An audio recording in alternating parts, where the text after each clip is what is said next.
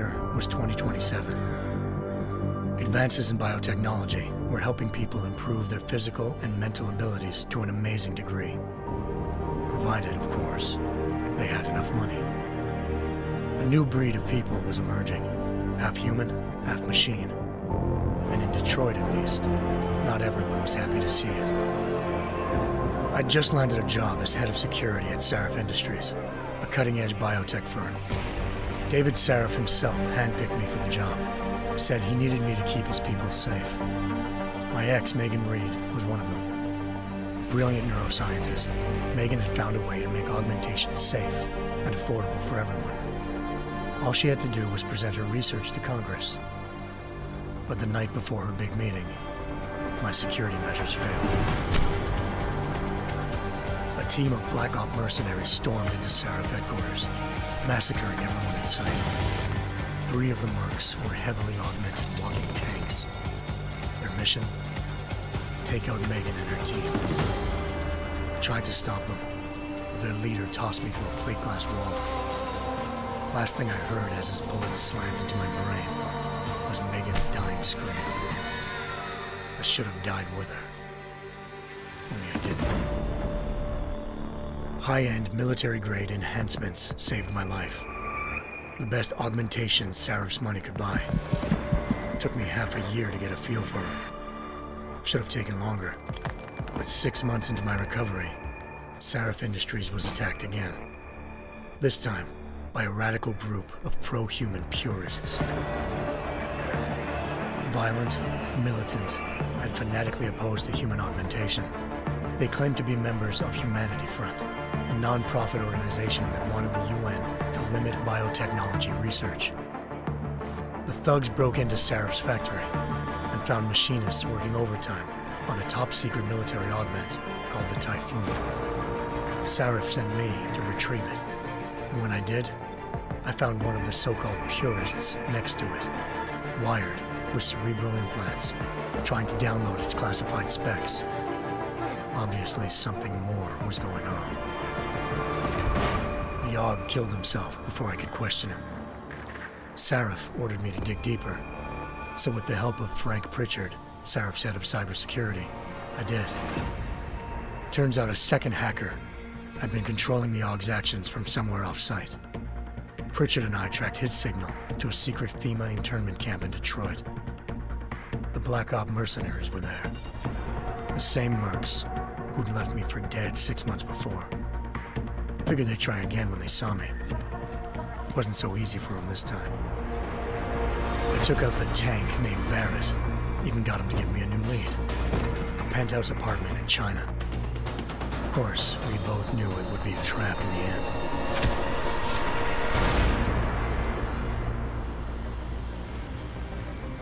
Hengsha Island, China. Home to a city so crowded, they had to build a second city on top of it. Trying to find clues in Hengsha wouldn't be easy. Lucky for me, I wasn't alone. Farida Malik, SHAREf Industries' ace pilot, had lived in Hengsha before. A good person to have on your side. She knew enough about the place to get me around. Malik dropped me in the lower city, close to the penthouse Barrett had told me about. Bell Tower Associates, a private security firm under contract to the Chinese government, had agents tossing the suite when I arrived. Just not for the reason I'd been expecting. Turns out the man who lived there was a criminal hacker named Van Bruggen. The same hacker who'd been remotely controlling the AUG in SHAREf's factory. Van Bruggen's panicked decision to force the man to commit suicide had been a mistake. Now his mercenary partners were gunning for him, and I needed to find him before they did. Locating Van Bruggen meant playing nice with the Triads, Hengsha's organized crime lords. They had the hacker holed up inside a low-rent capsule hotel. By the time I found him, Van Bruggen had no qualms giving up the woman who hired him. Zhao Yunru, president of the Taiyang Medical Corporation. According to Van Bruggen, Zhao wanted to monopolize the augmentation industry and had hired Black Op mercenaries to destabilize her competition. SHAREf Industries was at the top of her list. To prove this, I needed to get inside TYM and grab a surveillance hologram off a server. I suspected Van Bruggen was hiding something when he told me this, but nothing could have prepared me for what I saw. Megan wasn't dead. She and her 4 best researchers had been kidnapped, spirited away somewhere while their kidnappers made it look like they were dead. Desperate to learn more, I confronted Zhao in her penthouse. She claimed to be a pawn in a bigger plan, and hinted at a group so powerful it controlled global interests at a whim. Then she slipped into a panic room and hit the alarm, forcing me to make a very quick exit. I figured Zhao was lying, but part of her confession made sense. David Saref had been worried about his people. So worried, he'd required all of them to have subdermal locator devices surgically implanted.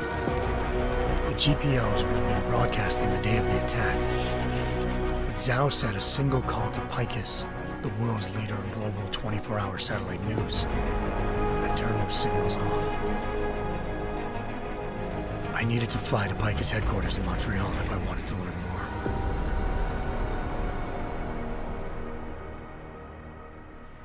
Eliza Cassan, Picus Communications' First Lady of News. Malik thought I was reaching when I told her Eliza was involved in this. The world's most famous news anchor, working with a mercenary hit squad.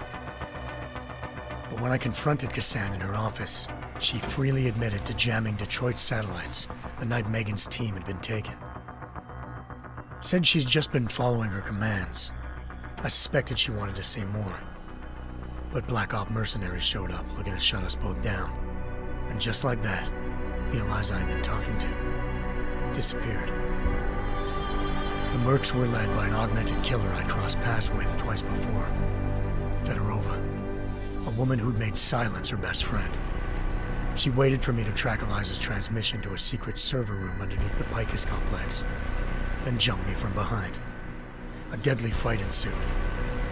I made sure she never moved silently again. With Fedorova down and no one left to keep Eliza quiet, she reappeared. Turns out Picus's First Lady of News wasn't a lady at all. She was a sophisticated AI program, engineered to monitor data streams and control what people believed. Eliza told me the Mercs had brought in a Humanity Front doctor named Isaiah Sandoval to remove the scientist's implanted tracking devices while Detroit's satellites were down. She also told me to speak to David Saref if I wanted to learn more. By the time Malik and I got back to Detroit, tensions between normal and augmented citizens had reached a flashpoint. Riots were breaking out in several cities, and the UN was being urged to intervene. Saref was trying hard to convince Hugh Darrow, the inventor-turned-philanthropist who'd once been a leading proponent of enhancement technologies, to help stop a possible regulatory vote. Saref had a lot riding on Darrow. Megan's discovery would have given millions of people the chance to evolve beyond their normal human abilities, and at the same time catapulted Saref Industries to the top of the Fortune 500.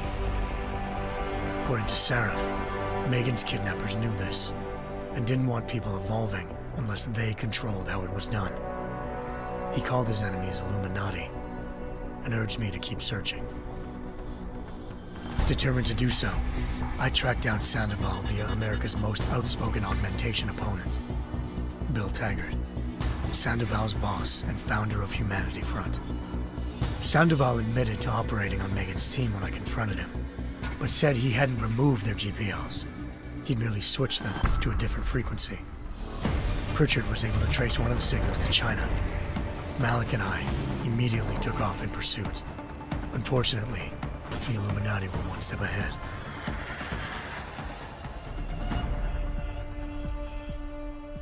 Ambushed. Shot out of the sky by Bell Tower Associates, seconds after entering Hengsha's airspace. Malik's piloting skills saved me. After a tense and bitter struggle, I escaped into Lower Hengsha. The tracking signal I was following led straight to the Triads, or more specifically, to the augmented arm of Tong Si-hung, leader of a gang of augmentation harvesters.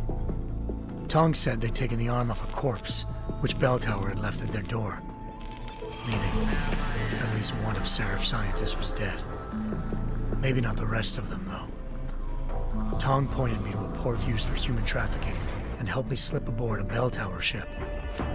It was sailing to Rifleman Bank Station, a military base in the South China Sea. Bell Tower was holding kidnapped civilians as prisoners there, and using them to perfect the Hyron Project, a human-computer interface that left most of its test subjects dead. My search for Megan would have ended then, if not for a mysterious ally named Quinn. In exchange for my help exposing Bell Tower, he slipped me aboard a second ship headed to Singapore and an Illuminati-run biotech facility called Omega Ranch. 3 of SHAREf's scientists were there, forced by their captors to create a technology capable of remotely shutting down augmented abilities. Thanks to an emergency recall notice issued by the World Health Organization, millions of people all over the world already had the biochip installed. With the help of the scientists, I tracked Megan to a private section of the ranch. There, I ran into Yaron Namir, the walking tank who'd put a bullet in my brain the first time we met. He'd teamed up with Zhao and was hoping to catch me off guard. Their little ambush didn't work. I found Megan in a suite belonging to Hugh Darrow, the billionaire philanthropist who'd SHAREf had called on for help. Darrow had convinced her to go along with the biochip plan by promising to sabotage the tech. As she was explaining this, Darrow appeared in a global broadcast, telling the world that augmentations would be the death of mankind. Then he activated the biochips to prove his point. All over the world, augmented people flew into a killing frenzy. Darrow had betrayed everyone, and it was up to me to set things right. To do it, I had to reach Panchaea, a massive installation in the Arctic Ocean. As I raced through corridors built by an all-augmented workforce, I saw death and destruction firsthand. By the time I shut down Darrow's broadcast, I knew the damage he'd done. Still, humanity's future remained unclear. How would the world react to this sabotage? Would people ever regain their faith in augmentations again? What would be the Illuminati's next move?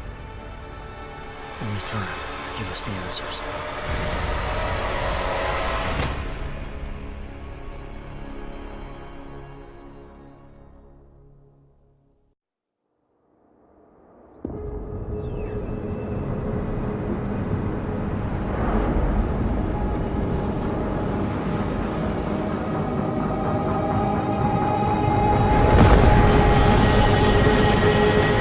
I once thought I could save the world. Now look at it.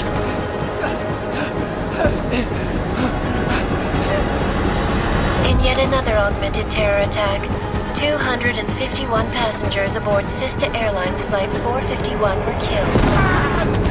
When an augmented passenger broke into the plane's cockpit and ruthlessly butchered its flight crew.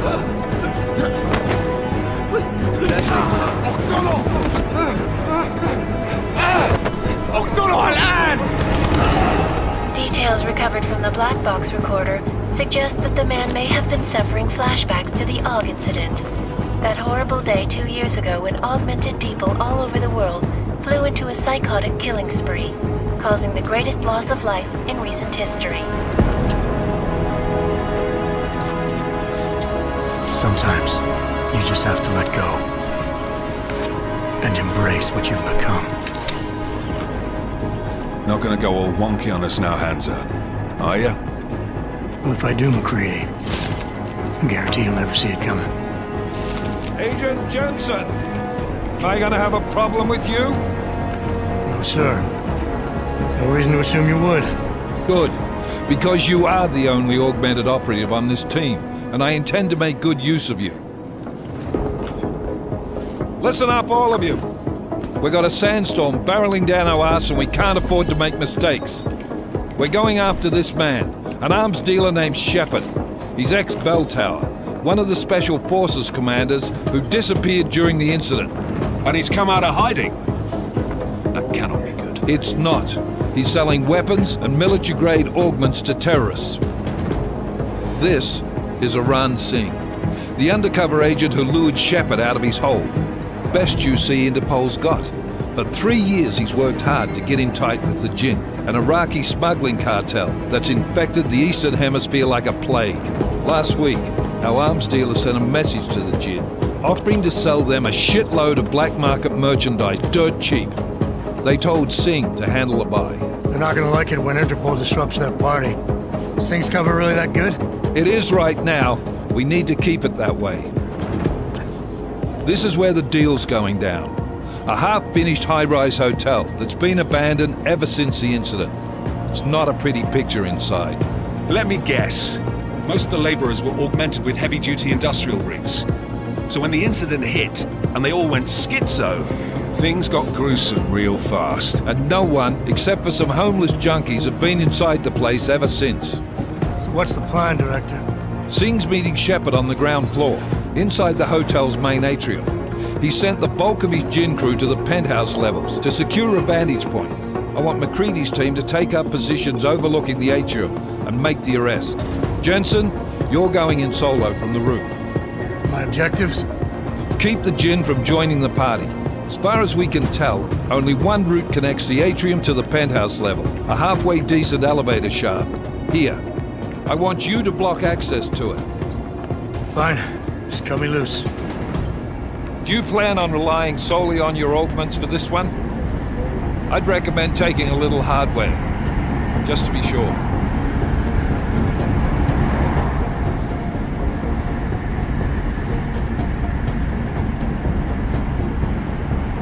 I'm not leaving my 6 exposed. Give me something lethal. Your call, but Singh's undercover in all this. So watch your fucking sights. What about range? There's lots of wide spaces and high ceilings in there, but a number of tight and constrained rooms too. So it's a crapshoot, really.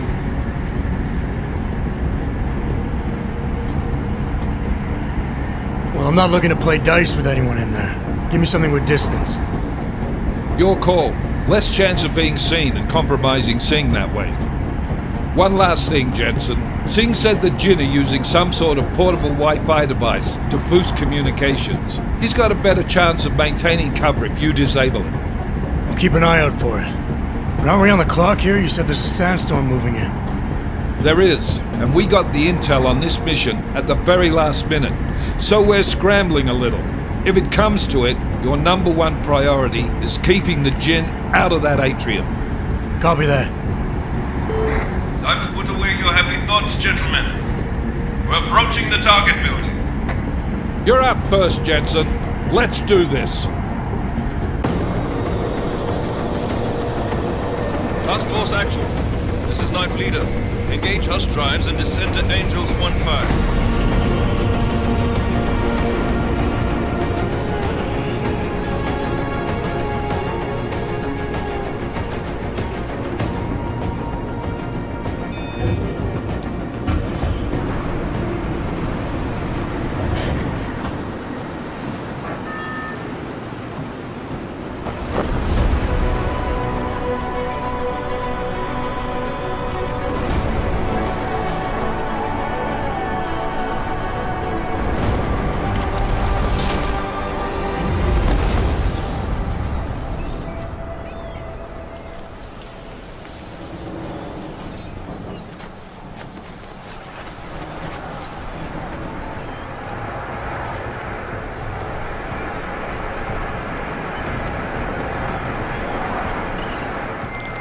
Team leader, this is Jensen. I'm on the roof. Solid copy. Move into the building. The access route you need to block is at the far end of the penthouses. And keep in mind, the direct route might not be the easiest one. Roger that. McCready will advise once his team is on the ground. Miller out.